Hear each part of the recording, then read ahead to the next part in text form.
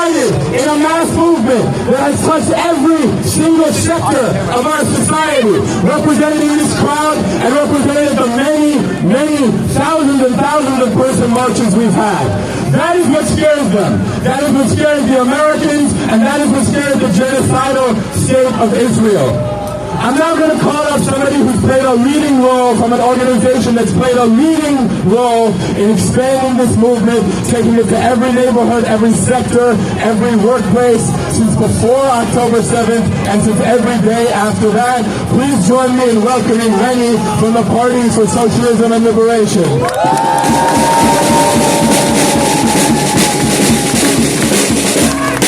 Thank you, Tahir. Viva, viva Palestina! Viva, viva Palestina! Viva, viva Palestina! Viva, viva Palestina! Viva, viva Palestina! Viva, viva Palestina! Viva, viva Palestina! Thank you, everyone. My name is Lenny, as I have mentioned. I am in the Party for Socialism and Liberation. Brothers, sisters, family, comrades, we know that we are out here because today and every day we will continue to stand with the people of Palestine and of Gaza.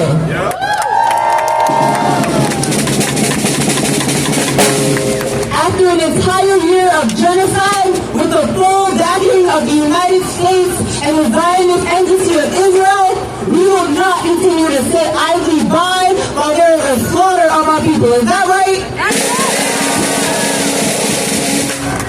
We in the world have continued to witness the torture, the slaughter of our Palestinian brothers and sisters, our children. And this could not be possible without the United States. Is that right? That's right. It's a damn shame.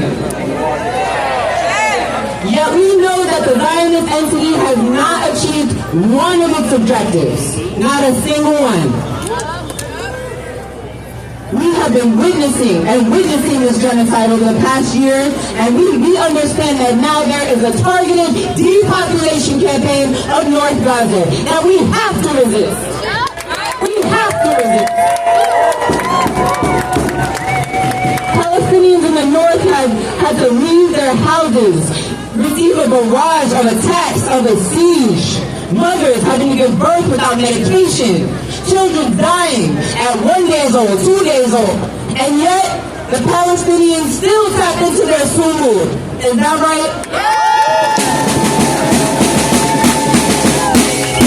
We have to follow the lead of our Palestinian brothers and sisters and continue to be steadfast. Continue to tap into our sumud. Joe Biden, he said 4 days ago that the United States was working on a new ceasefire deal. We know it's a lie. It's a damn lie. And we know this because of Biden's explicit support has actually martyred one of the people who is negotiating the ceasefire, who was at that table. Yahya Sinwar, rest in peace and rest in power.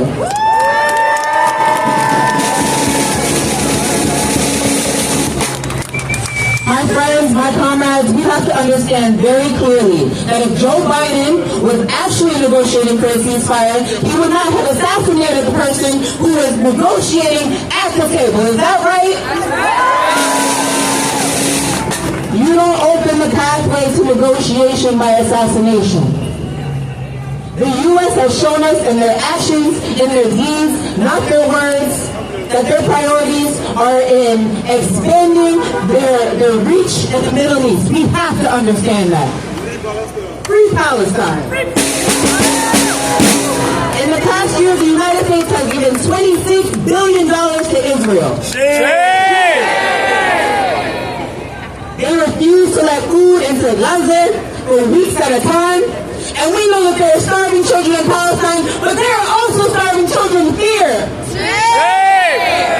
I'm from the Bronx, where 1 in 3 children go hungry on a daily basis. Is that right?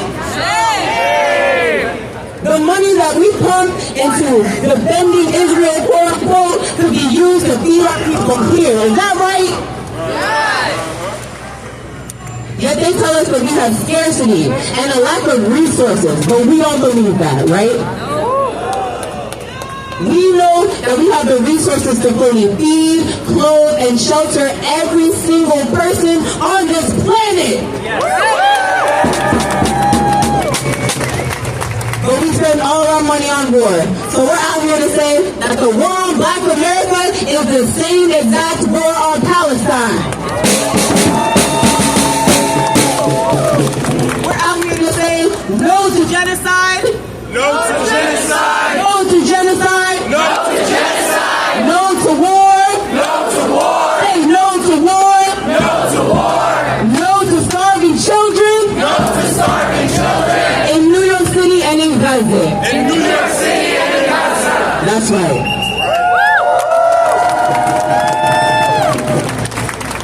I have been in the streets since 2015, standing shoulder to shoulder with my Palestinian brothers and sisters, fighting for liberation, fighting for justice. Are we going to stop? Are we tired? Are we tired? Keep fighting? I want to see each and every single person, even y'all in the back, continue to fight with us. We are going to be in the streets November 2nd. That's November 2nd. If you're a calendar person, get it out, mark your calendars. I'll see you in Times Square. I'll see you until the liberation of Palestine and beyond. Free, free Palestine. Union Square, November 2nd, 2 p.m., Union Square.